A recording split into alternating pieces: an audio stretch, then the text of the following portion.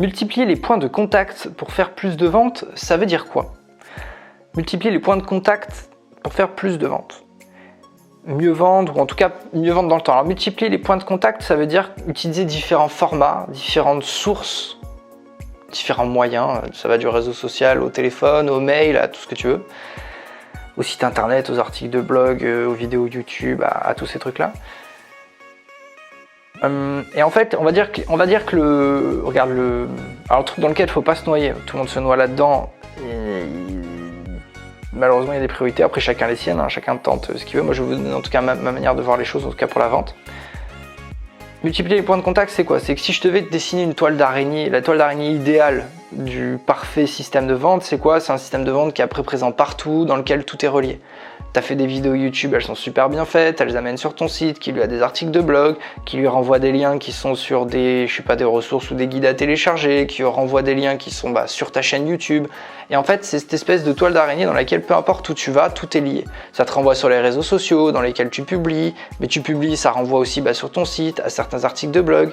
Et bref, et t'as tout ce truc-là dans lequel on parle souvent, c'est les fameux mots qu'on utilise, l'inbound marketing ou le social selling. Inbound marketing, c'est quoi? C'est le fait de, on va dire, je caricature à peine, c'est de créer un maximum, on va dire, de contenu gratuit pertinent sur Internet en se disant, si mon truc gratuit est intéressant, le mec qui est vraiment intéressé, il va le lire et après, du coup, s'il a besoin de payer, il va venir chez moi parce qu'il m'aime bien. Il y a aussi, on peut parler de social selling. Social selling, c'est quoi? C'est le fait de vendre grâce aux réseaux sociaux. Alors, il y a tout un tas de techniques pour très bien connaître ce sujet-là.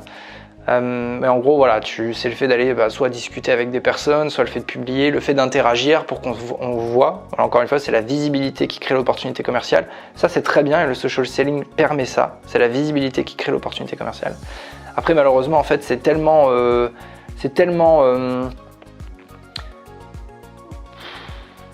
il y a beaucoup pas de finesse à avoir, mais en fait, c'est mal compris.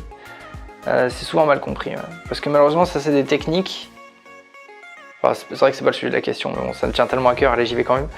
C'est pas que ça me tient à cœur, c'est que j'ai vu les désastres du fait de croire qu'en fait ces choses-là étaient la top numéro 1 en termes de priorité commerciale, vente, d'aller sur les réseaux sociaux, de créer du contenu, des articles de blog et autres, qui font que voilà, juste le message que je passe, vraiment je m'arrête là-dessus, si ça intéresse des gens, discutons-en, danger quoi, danger.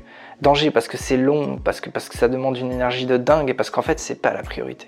Ça c'est des choses qu'on construit un peu tous les jours, mais certainement pas qu'on ne fait passer en priorité pour que ça paye à court terme, ça paiera jamais à court terme. Parfois même à long terme d'ailleurs ça paye pas beaucoup.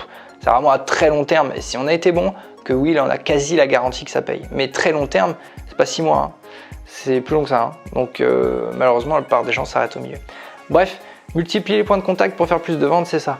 C'est l'art de relier un peu tous les outils que tu vas avoir pour créer cette espèce de réseau, de toile d'araignée entre différents types de contenus, parce que tu vas avoir ceux qui préfèrent les vidéos, tu vas avoir ceux qui préfèrent lire, tu vas avoir ceux qui préfèrent, je sais pas, il peut y avoir tout un tas de trucs, discuter via, on va dire, des commentaires de posts de mecs qui font référence dans ton domaine, sur un LinkedIn ou autre. C'est ça en fait, multiplier les points de contact. Donc encore une fois, multiplier les points de contact c'est bien, mais l'erreur à ne pas faire en vente, et en fait j'en viens vraiment peut-être au message phare là, c'est de pas faire la connerie de se dire faut que je sois partout parce que je vais être nulle part. Et au-delà de la simple théorie, parce qu'on le sait tous ça, on sait tous que quand on veut tout faire, au final on fait pas grand chose. On connaît la phrase, mais on n'a jamais vraiment forcément payé l'impact, et notamment commercial, de ce truc-là. Parce qu'en fait l'impact est double. Si tu bosses 3 mois dans la mauvaise direction ou 3 mois dans la bonne, si tu bosses 3 mois dans la mauvaise, t'as pas perdu 3 mois. T'as perdu 3 mois plus les 3, ou si t'avais bien bossé, t'aurais 3 mois d'avance. Donc en fait, chaque mois compte double. En 3 mois, t'en as perdu 6 en fait. Parce que tu vas devoir le retaper derrière, sans compter le moral qu'il faut avoir, le mental et l'envie de faire les efforts et autres. Donc multiplier les points de contact, c'est bien, pour faire plus de ventes, c'est super. Mais à mon avis, la clé, c'est de partir, et ça c'est de la stratégie, hein, c'est choisir le bon canal, la bonne méthode pour faire les choses et devenir très bon là-dedans. Moi, un des meilleurs conseils que je n'ai jamais eu en termes, d'ailleurs ça n'avait rien à voir avec du marketing, mais en fait c'est un conseil marketing, c'était la seule chose que vous devez faire. En fait. Vous prenez un truc et vous devenez le meilleur dans ce que vous faites. Démerdez-vous pour être le meilleur. Oui, ça prend du temps, oui c'est long, oui il faut essayer des choses, oui il faut rater, réessayer, réussir. rater, monter en cap. Donc moi je pense qu'il faut surveiller un peu ce truc-là. Voilà, donc restons vigilants. Restons vigilants. En tout cas en vente, moi je donne mon ordre de priorité à moi pour avoir poussé tous ces trucs-là. Je parle d'inbound, je sais de quoi je parle. Je parle de social selling, je sais de quoi je parle. Évidemment, je parle de prospection téléphonique, de vente, de call à froid, ce genre de choses. Je sais de quoi je parle. Moi, j'ai vraiment navigué dans tous ces trucs-là. Je suis allé les pousser en fait. J'ai même changé de vie pour pouvoir pousser certains trucs, pour comprendre en fait les différences dans des sens dans lesquels personne ne serait jamais allé. Et aujourd'hui, bon, mon avis à moi, évidemment, il est posé. Alors, il évolue un peu, mais pas là-dessus. Parce que j'ai vu en fait la différence. J'ai vu pourquoi certains font ça et pourquoi certains ne font pas ça. Et en fait, ce qui trie les gens qui vont à gauche ou à droite, c'est le courage et la peur en fait. C'est tout bête ce que je vais dire. Mais pour moi, le numéro 1, oui, numéro 1, c'est du call. Terminé. Quoi que tu fasses. Ok, on est en 2021, c'est super. Il y a d'autres moyens, c'est génial. Mais aujourd'hui, clairement, et ça va pas changer l'année prochaine, hein, peut-être ça change dans 5 ans, je sais pas, ou 10, mais aujourd'hui, la clé de la vente, c'est de passer des coups de fil. Une fois que tu as ça, ok, tu vas aller faire de l'inbound, du social selling, tu vas. Mais la clé, c'est de passer des coups de fil. Et encore une fois, pourquoi? Parce que c'est le seul moyen, parce que le social selling et l'inbound marketing ne pourront jamais remplacer un très bon vendeur, parce qu'un très bon vendeur en une journée, il est capable d'avoir 100 vraies réponses à « est-ce que ce que je vends t'intéresse ?» Ce que l'inbound ne fera jamais. C'est impossible. On ne peut pas avoir un impact aussi direct. Après, si on est mauvais, bon, bah, on se fait avoir parce que les prospects mentent et tout ça, mais ça, c'est le jeu commercial. Mais en tout cas, pour moi, le numéro 1, ouais, c'est les coups de fil. Après, bien sûr que si vous construisez un système d'inbound, social selling ou autre, c'est très bien, démarrez-le. Mais ne démarrez sûrement pas avec ce truc-là, vraiment au début, mais fondamental. Ou alors démarrez-le, mais pas pour que ça paye maintenant, pour que ça paye et dans longtemps. Et pendant ce temps, on passe des coups de fil. Oui. Si on multiplie les points de contact de cette manière, je pense que ça peut marcher. Mais il faut vraiment être hyper vigilant là-dessus.